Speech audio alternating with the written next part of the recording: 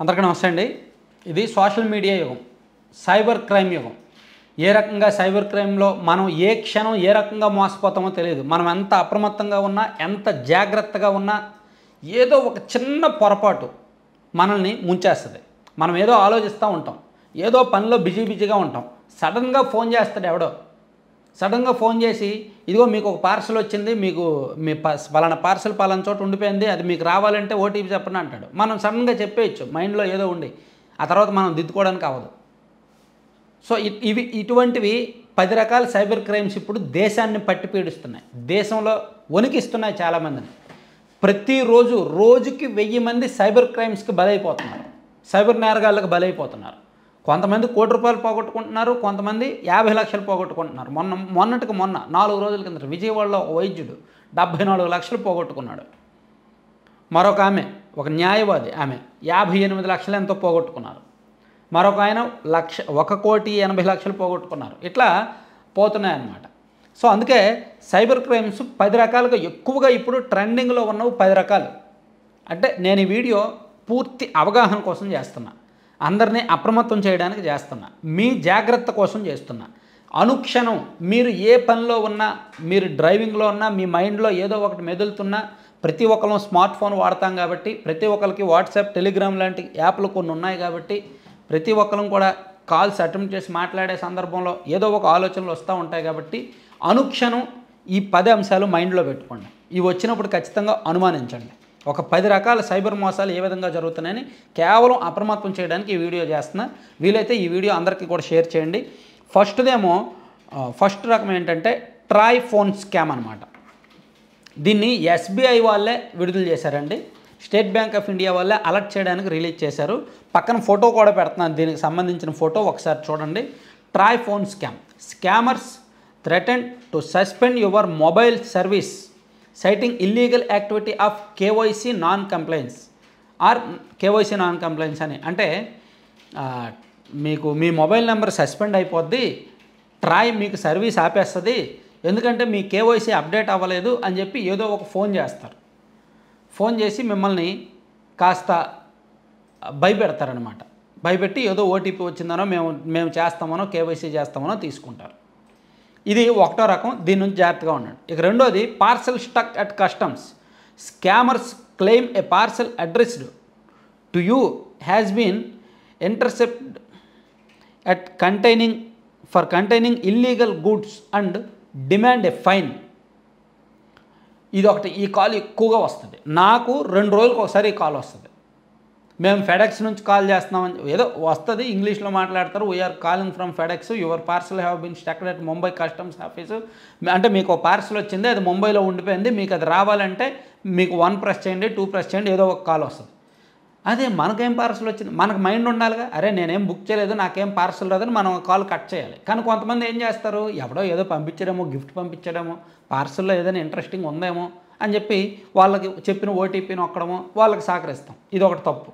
ఖచ్చితంగా మీకు సంబంధం లేని కాల్ మీకు వచ్చి మీకు పార్సల్ వచ్చింది అని చెప్పినప్పుడు మీరు నమ్మొద్దు, అనుమానించండి, కాల్ కట్ చేసేయండి, ఇమీడియట్గా ఆ నెంబర్ని రిపోర్ట్ కొట్టండి.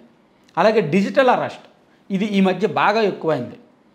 Scammers pose as fake police officer and threaten to interrogate you online for a made up criminal activity. మీరు ఒక నేరానికి పాల్పడ్డారు అని చెప్పి మీకు ఆన్లైన్లో వీడియో కాల్ చేసి మిమ్మల్ని డిజిటల్ అరెస్ట్ చేస్తున్నాము, మీరు అక్కడే ఉండండి, మీ మొబైల్స్ అన్నీ పక్కన పెట్టేయండి, మేము ఇంట్రాగేట్ చేస్తాం, సహకరించండి అని చెప్పి అడుగుతారు, భయపెడతారు. సో ఈ విషయంలో కొంచెం అప్రమత్తంగా ఉండండి, జాగ్రత్తగా ఉండండి. అలాగే 4వది family member arrested. Scammers claim a relative has been arrested and demand payment. ఇదో కాల్ ఎక్కువ అవుద్ది. మీ రిలేటివో లేదంటే మీ బంధువో, మీ అబ్బాయో, మీ ఇంటి వ్యక్తో ఎవరో ఒకరికి యాక్సిడెంట్ అయిందనో లేదంటే అరెస్ట్ అయ్యాడనో ఏదో ఒక పేరు చెప్పి మిమ్మల్ని డబ్బులు డిమాండ్ చేస్తారనమాట. గెట్ రిచ్ క్విక్ ట్రేడింగ్ అని చెప్పి social media ads promising high returns on stock investments అని ఇంకో స్కామ్ ఉందన్నమాట. అంటే మీకు ఒక కాల్ వచ్చి ఒక యాడ్స్ వేస్తారు, సోషల్ మీడియాలో యాడ్స్ వేస్తారు, మీరు తక్కువ ఇన్వెస్ట్మెంట్తో ఎక్కువ లాభాలు పొందొచ్చు అని చెప్తారు. చాలా తక్కువ టైంలో మీకు ఎక్కువ రిటర్న్స్ వస్తాయి, మేము స్టాక్ మార్కెట్లో పెడతాం, అది ఇది అని చెప్తారనమాట. High return schemes always likely scams. ఏది కూడా షార్ట్ కట్లో డబ్బులు ఎప్పుడూ రావు. వచ్చింది అంటే ఖచ్చితంగా అందులో తప్పుడు దారి ఉంటుంది, అది గుర్తుపెట్టుకోండి. అలాగే మరొకటి easy tasks online jobs for big rewards. ఇది ఒకటి. Scammers offer high sums for simple tasks and ask for an investment security deposit. ఇది ఒకటి. చిన్న చిన్న టాస్కులు ఇచ్చి, ఈజీ టాస్కులు ఇచ్చి ఆన్లైన్లో జాబ్ చేయండి, మీకు డైలీ పేమెంట్స్ ఇస్తామంటారు. దీని పట్ల జాగ్రత్తగా ఉండండి. అలాగే lottery with your name, SMS email stating you have won a lottery and asking for account details or security deposit అని అడుగుతారు. దీన్ని కూడా నమ్మొద్దు. అసలు లాటరీలు అనేవి స్కాములు, ఇవి అసలు లీగల్ కాదు, ఇల్లీగల్. దీన్ని అసలు నమ్మొద్దు. అలాగే మిస్టేకన్ మనీ ట్రాన్స్ఫర్. ఇది ఒకటి. Scammers claim incorrect credit transactions and ask for refunds.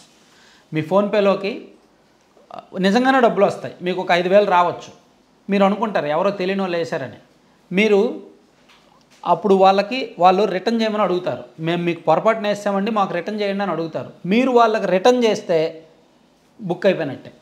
Me ID, పాస్వర్డ్లు, మీ క్రెడెన్షియల్స్ అన్నీ వాళ్ళకి వెళ్ళిపోతాయి. సో మీకు ఎవరైనా అన్నోన్స్ వేసినా పట్టించుకోవద్దు. ఇమీడియట్గా బ్యాంకుకి సమాచారం ఇవ్వండి, లేదా పోలీసులకు సమాచారం ఇవ్వండి. అన్నోన్ వాళ్ళు ఎవరేసి మీకు మళ్ళీ ఫోన్ చేసి మేము పొరపాటున వేస్తాం, మాకు రిటర్న్ చేయండి అన్నా రిటర్న్ చేయొద్దు, కాల్ కట్ చేసేయండి. అలాగే కేవైసీ ఎక్స్పైర్డ్. అదొకటి. Scammers ask for KYC updates via links and phone calls. ఒక లింక్ పంపించి మీ కేవైసీ అప్డేట్ చేసుకోండానో, లేదంటే ఫోన్ కాల్స్ చేసి కేవైసీ అప్డేట్ చేసుకోండానో అంటారు. దీనికి కూడా లొంగొద్దు. అలాగే generous tax refund. Fraudsters force as tax officials asking for bank details. ఇది ఒకటి. మేము బ్యాంక్ ఆఫీసర్లు మనం, లేదంటే మేము ఇన్కమ్ ట్యాక్స్ ఆఫీసర్లు మనం, మీ బ్యాంక్ డీటెయిల్స్ ఇవ్వండి అని అడుగుతారు. ఇది ఒకటి. ఇటువంటి స్కామ్స్ పట్ల అలర్ట్గా ఉండండి. ఎందుకంటే ఈ మధ్య సైబర్ క్రైమ్స్ బాగా పెరిగిపోయాయి. రోజుకి 1000 మంది బాధితులు అంటే అర్థం చేసుకోండి. ప్రతి ఒక్కళ్ళు సగటున, ఎందుకంటే సైబర్ క్రైమ్ ఒకసారి జరిగింది అంటే అది ఇంకా రికవరీ అవ్వదు. 1 గంటలోపు మనం తేరుకుంటే, మన అకౌంట్లో డబ్బులు పోయిన 1 గంటలో మనం తేరుకుంటే, బ్యాంకుకి సమాచారం ఇస్తే అవతల అకౌంట్కి పడవు కాబట్టి ఈ గంట వ్యవధిలో దాన్ని హోల్డ్లో పెడతారు. బ్యాంకర్లు దాన్ని హోల్డ్లో పెడతారు అమౌంట్ని. అటు వెళ్ళదు, మీకు రాదు, మధ్యలో ఉంటుంది. అప్పుడు పోలీస్ ఇన్వెస్టిగేట్ చేశాక మీకు వెనక్కి ఇవ్వడమో ఏదో ఒకటి చేస్తారు. వన్స్ వాళ్ళకి వెళ్ళిపోయిందా, అవతల అకౌంట్కి వెళ్ళిపోయిందంటే మాత్రం ఇంపాసిబుల్, బయటకు రాదు. అసలు ఎందుకంటే వాళ్ళు ఏ అకౌంట్ వాడతారో, ఎక్కడ ఉంటారో, ఏ బ్యాంకులోకి వెళ్ళిందో చెప్పలేరు. ఇప్పుడు బ్యాంకులో మనం చూస్తే తెలిసిపోద్ది కదా, అవతల ఏ అకౌంట్కి వెళ్ళిందో అన్నా సరే వాళ్ళు ఇమీడియట్గా అకౌంట్ క్లోజ్ చేసేయచ్చు. ఇంక వాళ్ళు దొరకరు. ఎందుకంటే ఫేక్ ఐడీలు పెట్టి ఫేక్ చేసి బ్యాంక్ అకౌంట్ క్రియేట్ చేయడం ఎంతసేపు? ఫేక్ ఆధార్లు క్రియేట్ చేసుకుంటున్నారు, ఫేక్ పాస్పోర్ట్లు క్రియేట్ చేసుకుంటున్నారు, ఫేక్ బ్యాంక్ అకౌంట్లు క్రియేట్ చేయలేరా? సో అందులోకి ఈ సైబర్ క్రైమ్స్కి నార్త్ స్టేట్స్లో బ్యాంక్ మేనేజర్లు, పోలీసులు అందరూ సహకరిస్తారు. ఎందుకంటే వాళ్ళ వాటాలు వాళ్ళకి ఇచ్చేస్తుంటారనమాట. 1 కోటి రూపాయలు సైబర్ క్రైమ్ చేస్తే ఒక పోలీసుకి 5 లక్షలు 10 లక్షలు ఇచ్చేస్తారు లోకల్ పోలీసులకి, వాళ్ళ అడ్రస్ వెరిఫికేషన్కు దొరకకుండా. ఇక్కడ పోలీసులు అక్కడికి వెళ్ళాలన్నా లోకల్ పోలీసుల సహకారం ఉండాలి కదా. ఇట్లా అనేక రకాలుగా జరుగుతాయి. కాబట్టి సైబర్ క్రైమ్స్ పట్ల అప్రమత్తంగా ఉందాం. Thank you.